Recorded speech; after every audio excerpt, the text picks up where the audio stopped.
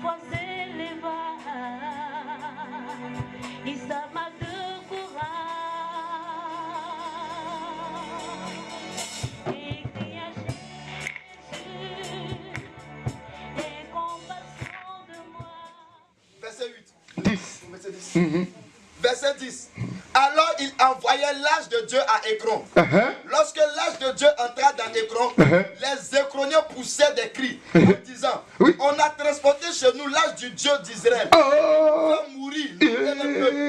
Verset 11. Et il fit chercher et assembler tous les princes des Philistins. Et il dit renvoyez l'âge du Dieu d'Israël, qu'elle retourne en son lieu et qu'elle ne nous fasse pas mourir, nous et notre peuple. Car quand il y avait dans toute la ville, une terreur mortelle. Alléluia. La main de Dieu s'appesantissait fortement. Alléluia. Amen.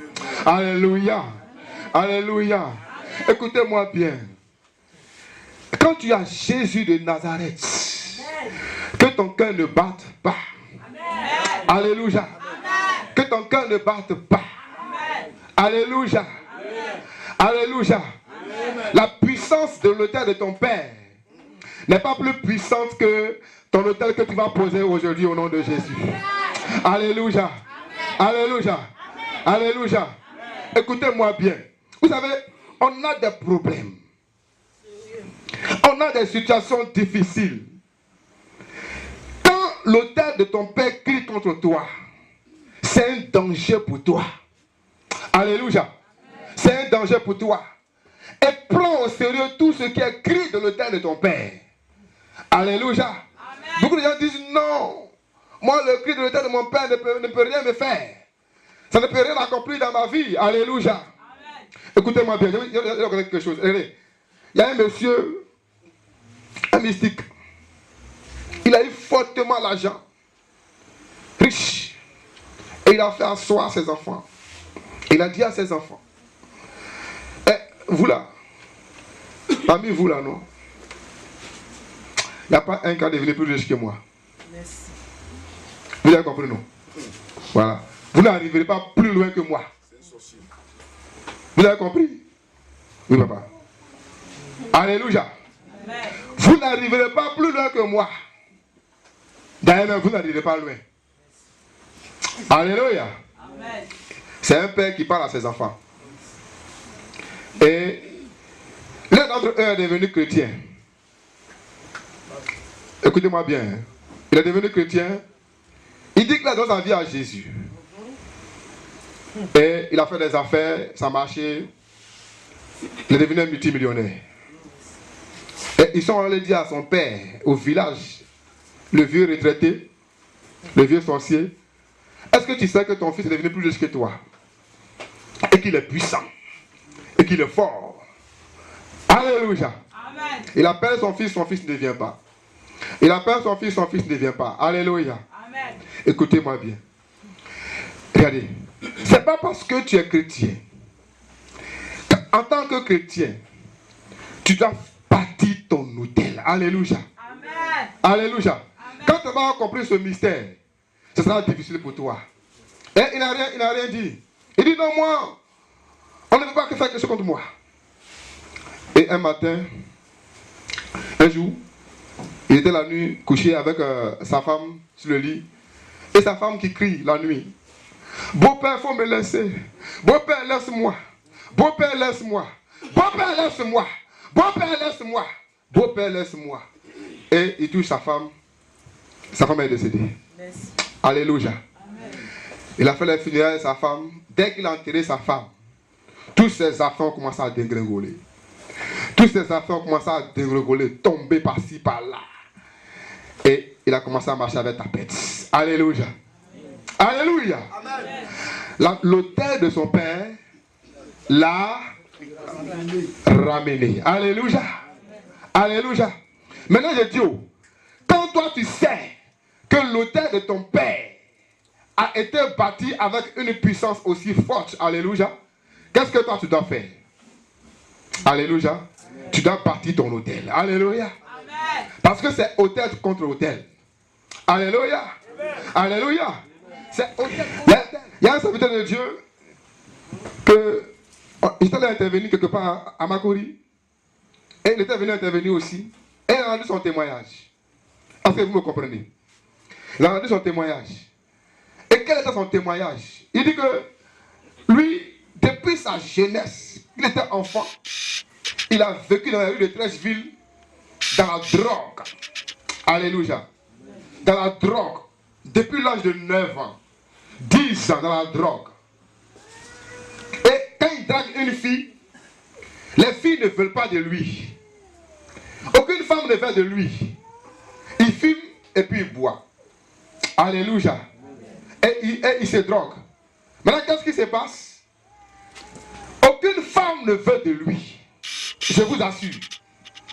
Maintenant, la solution qu'il a trouvée, c'est quoi? C'est de violer maintenant les femmes. Donc, les femmes que lui a connues là, il les a tous violées. Il ne les a pas draguées. Alléluia. Parce que quand il les drague, ça ne marche pas. Il les drague, ça ne marche pas. Alléluia. Aucune femme ne veut marcher avec lui. Et c'est comme ça qu'il a grandi dans la drogue et puis ils ont parlé de Jésus. Et quand il est devenu grand, on a parlé de Jésus. Et il a accepté le Seigneur Jésus-Christ. Alléluia. Amen. Quand il a donné sa vie à Jésus, mais malgré qu'il a donné sa vie à Jésus, malgré on lui a dit qu'il a la part de Dieu sur sa vie, malgré qu'il savait Dieu, écoutez-moi bien, malgré qu'il savait Dieu, il va vers les jeunes sœurs parce qu'il veut se fiancer, aucune n'accepte. Alléluia. Personne n'accepte. Personne ne veut accepter ses fiançailles. Personne ne veut marcher avec lui. Alléluia. Amen. Et il a commencé à pleurer. Il dit, mais qu'est-ce qu'il y a? Mais j'étais pas la même chose. Je suis devenu chrétien, encore la même chose. Qu'est-ce qui se passe? Alléluia. Et quand il est entré en prière, il a eu une idée. Alléluia. Il dit, il faut que je bâtisse un hôtel. Alléluia. Amen. Alléluia. Amen. Alléluia. Amen. Il faut que je bâtisse un hôtel pour racheter ma vie. Alléluia. Amen. Parce que j'ai l'impression que le temps de mon père me suit encore aujourd'hui. Alléluia. Amen. Et qu'est-ce qu'il a fait? Il allait demander le prix des moutons. Et on lui a dit que le bélier, le gros bélier a coûté 70 000, 80 000. Alléluia. Amen. Il n'avait pas l'argent. Il dit, je suis allé taper de porte à porte, prendre de l'argent, demander de l'argent. Alléluia. J'ai demandé de l'argent. Et quand j'ai réuni de l'argent, 80 000 francs, je suis allé payer un gros... J'ai mis l'argent dans une enveloppe. Et j'ai dit, Seigneur, cet argent, c'est comme un bélier que j'achète. Et je vais faire un sacrifice sur ton autel. Alléluia. Alléluia. Et il allait vers son père spirituel. Et il a expliqué l'affaire à son père spirituel. Et il a présenté l'offrande. Alléluia. Et puis son père spirituel lui a dit, mais qui t'a appris ça? Il dit, non, je suis fatigué. Je veux que ma vie change. Alléluia. Et quand il a posé l'acte, alléluia. Et les mois qui ont suivi, maintenant quand l'homme de Dieu a prié pour lui, les mois qui ont suivi, alléluia, jusqu'à ce que l'année ne finisse, il a eu une fiancée. Alléluia. Alléluia. Alléluia. Il a eu une femme qui a dit, une belle femme en plus qui a dit, je veux marcher avec toi. Et dès qu'une a dit oui, l'autre même veut dire oui, elle s'approche de lui. On veut marcher avec toi. Alléluia. Il n'avait pas d'habits. Il portait des habits déchirés. Alléluia. On lui a offert une jolie chemise. On lui a donné un veste. Alléluia. Il dit aujourd'hui, il peut changer de veste. Or avant, il ne pouvait même pas porter une chemise. Alléluia. Alléluia. Alléluia. Est-ce que tu comprends ça? Est-ce que tu m'as compris ce matin? Est-ce que tu m'as compris ce matin? Il faut que tu poses un acte. Alléluia. Est-ce que tu m'entends ce matin? Alléluia. Qui va parler comme l'autel de ton père. Qui va parler comme l'autel de ta mère. Alléluia. Parce que c'est autel contre autel. Dans le nom de Jésus-Christ. Allez, est-ce que tu peux acclamer le Seigneur ce matin? Est-ce que tu peux acclamer le Seigneur ce matin? Est-ce que tu peux acclamer le Seigneur ce matin? Est-ce que tu peux acclamer le Seigneur ce matin? Alléluia! Alléluia! Écoutez-moi bien. Je veux qu'on lise un passage. Un passage qui interpelle. Mais vous savez comment les chrétiens ils posent les actes. Est-ce que vous savez comment ils posent les actes? Nous, en tant que chrétiens, alléluia, en tant qu'enfants de Dieu, lisons dans Malachie, au chapitre 1. Alléluia. C'est une parole qui doit interpeller chacun de nous. Alléluia.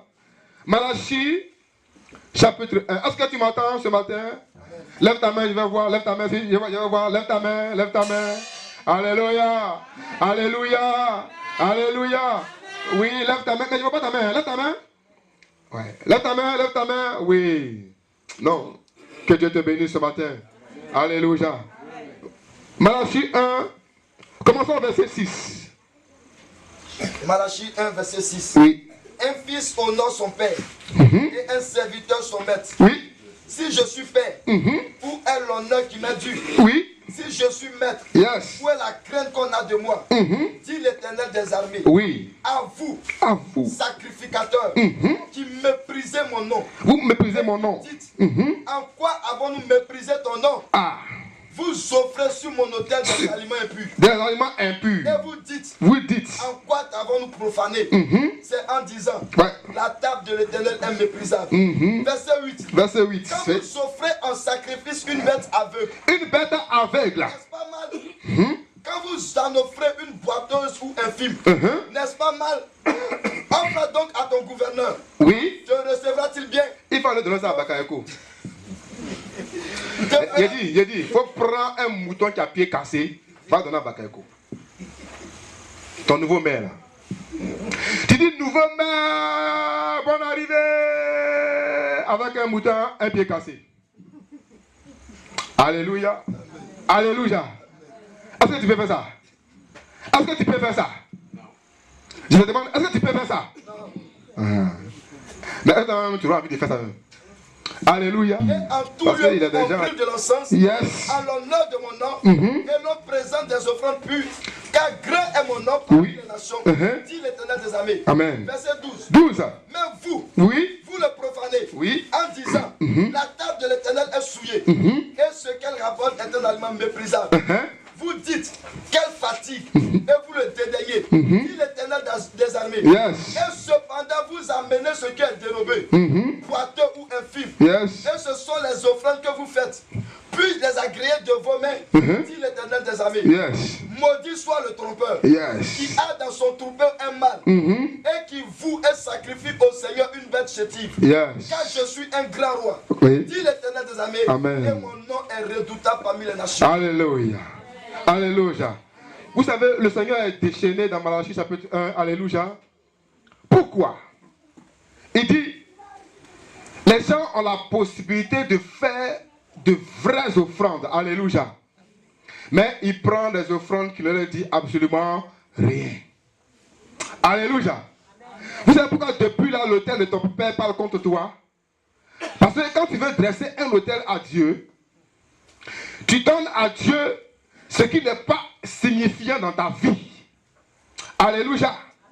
Un autel, c'est un sacrifice. Alléluia. Un sacrifice là, on n'offre pas ce qui ne coûte pas cher. Tu ne m'as pas dit amen. Alléluia. On n'offre jamais ce qui ne coûte pas cher. Un sacrifice coûte toujours. Le sacrifice, c'est quand tu le fais, ton cœur te fait mal. Alléluia. Alléluia. Quand Dieu regarde Abraham et il dit à Abraham, donne-moi ton fils. Et quand Dieu parlait de donner son fils, est-ce que Abraham souriait? Alléluia. Peuple de Dieu, est-ce qu'Abraham souriait? Est-ce qu'il était heureux? Est-ce qu'il était content? Alléluia. Ça lui faisait mal d'aller donner le seul fils que Dieu lui a donné. Alléluia. Un sacrifice coûte toujours. Donc quand tu dresses ton autel, c'est quelque chose qui doit te coûter cher. Amen. Alléluia. Alléluia. C'est quelque chose qui doit te coûter cher. Alléluia. Ne donne pas, on ne dresse pas une offrande ordinaire. Tu peux donner ce que tu veux. Alléluia. Mais pour dresser un autel, on ne donne pas ce qui est insignifiant. Alléluia. Alléluia. Alléluia. Dieu dit, si tu donnes ce qui est insignifiant, il ne prend pas plaisir à ça. Alléluia. Non, non, non. Alléluia. Alléluia. Alléluia. Pourquoi il dit que j'ai aimé l'offrande d'Abel et je n'ai pas aimé l'offrande de Caïn? Alléluia. Alléluia. J'ai aimé l'offrande d'Abel et je n'ai pas aimé l'offrande de Caïn. Pourquoi? Alléluia. Comment est-ce que tu donnes ton offrande? Comment est-ce que tu poses ton acte? Alléluia. C'est ça. Beaucoup de personnes donnent ce qui est insignifiant. Le rien du tout là. Alléluia. David dit, pendant que la peste est en train de frapper le pays, alléluia. Dans 2 Samuel 24, la peste frappait le pays. Dieu envoyait la peste. Parce que le peuple de Dieu a péché contre Dieu. Alléluia. David dit, il partait dresser un autel. Et il dit, je n'offrirai pas à Dieu ce qui ne me coûte pas cher. Alléluia. Comment est-ce que tu peux arrêter une peste avec quelque chose d'insignifiant? Alléluia. Comment est-ce que tu peux parler comme l'autel de ton père avec une offrande insignifiante? Alléluia. Alléluia. Regardez, tu montes dans les affaires et puis tu vois un goût, tu descends. Alléluia. Pose-toi des questions. Alléluia. Quelle est la main qui te tire en arrière? Qu'est-ce qui parle contre toi? L'autel de ton père est là. Et ils ont dit que tu as réussi. Il dit, mais pourquoi il a réussi? Je déclare qu'il ne réussit plus jamais. Qu'il redevienne au point zéro. Au point zéro. Au point zéro. J'invoque nos ancêtres. Qu'ils viennent au point zéro. Au point zéro. Alléluia. Et puis tu sens que tu commences à dégringoler. De là où tu étais monté. Et puis tu commences à venir à zéro. Alléluia. Qu'ils reviennent au point zéro. Elle revient au point zéro. Malgré toute sa richesse. Malgré toute sa blessure qu'elle a eue. Reviens au point zéro. Reviens au point zéro. Alléluia. Mais toi, quel est ton hôtel? Alléluia. Parce que l'hôtel, quand on l'adresse, quand on a dressé l'hôtel là, on nourrit l'hôtel. Tu ne m'as pas dit amen. Pourquoi nos frères chaque année tuent un mouton? Oh, alléluia. Pourquoi ils tuent un mouton? Et ils le font chaque année. Chaque année. Dis avec moi, chaque année. Chaque année. Chaque année. Chaque année. Pourquoi ils le font? Il